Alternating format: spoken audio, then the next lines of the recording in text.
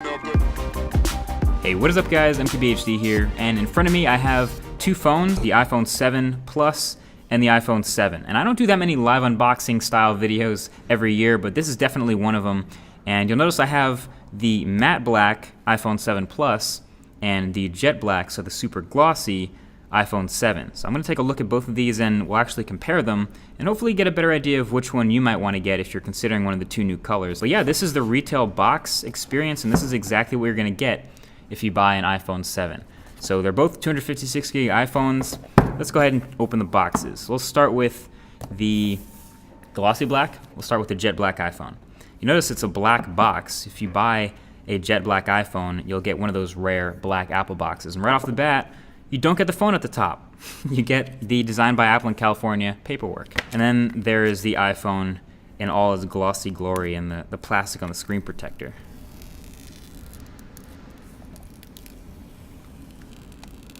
And that is about as fingerprint free as this iPhone will ever be, but there it is. And we'll go ahead and put this on the side and see what we get in the box. Number one, you get your ear pods, not AirPods. These are your lightning attached earbuds. Well, first of all, here's your dongle, your adapter. This is your lightning to 3.5mm headphone jack adapter. And it's $9 if you lose this, but it's sold in the Apple Store. And then yeah, these are your lightning earbuds.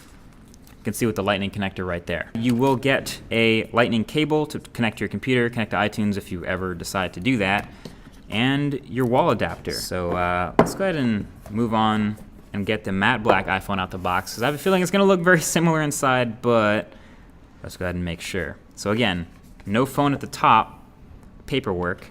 Move that to the side, and you get the iPhone. So matte black obviously looks super clean as well. This is a phone that is going to show fingerprints too, but not in quite the same way as the super glossy iPhone. On the larger phone side, you do have the dual cameras on the back that we showed in that first hands-on video. And then of course, if you compare it to another bigger phone like say the Galaxy S7 Edge, you'll notice it's still a lot bigger because it carries that much bigger bezel. I'm going to actually boot this one up and see what we get as far as iOS 10's first boot. But yeah, it's still carrying a big old forehead, big old chin, the new capacitive home button, and I can confirm that when it's off, it doesn't move at all, which is kind of an interesting sensation. Let's go ahead and boot into iOS 10 and set it up for the first time. I speak English. Hey Siri. Hey Siri.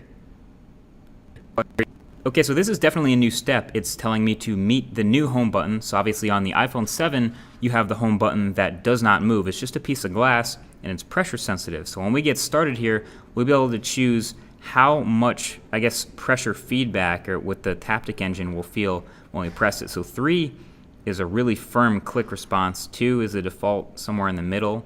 The whole phone seems to be vibrating still, but it doesn't quite replicate a normal press. And then 1 is really light. That's almost like I don't know if I'm pressing it or not.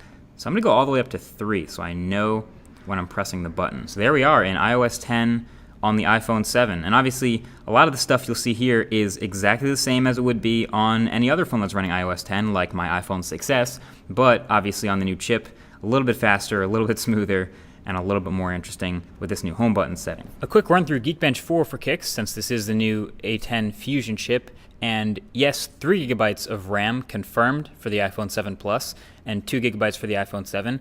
But yeah, you can see the final score is pretty great, especially the multi-core, right up there, actually above Snapdragon 820 devices. But yeah, there you have it. That is your first look at the iPhone 7 in your jet black and your matte black, and a good look at the differences between them. Honestly, if you're having trouble picking, I would just go the safe route with the matte black. This is almost like a special edition phone at this point. If you haven't seen it in person, check it out in a store. You're gonna see the fingerprints and the scratches and things like that. But yeah, that's the unboxing experience, and that's what comes in the box, and that's what you'll find if you order a new phone from Apple this week. Either way, that's been it. Thanks for watching. Leave a thumbs up if you want to see more unboxing stuff like this in the future, and I'll talk to you guys in the next one.